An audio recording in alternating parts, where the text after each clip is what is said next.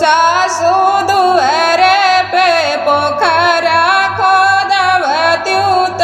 कुश गड़ावत्यू जीवतिया माई के पूजब जीवतिया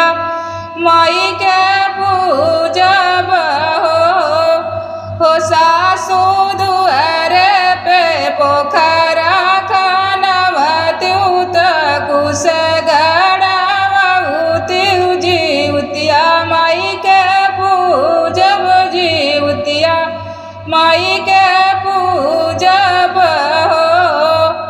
सासू त बोला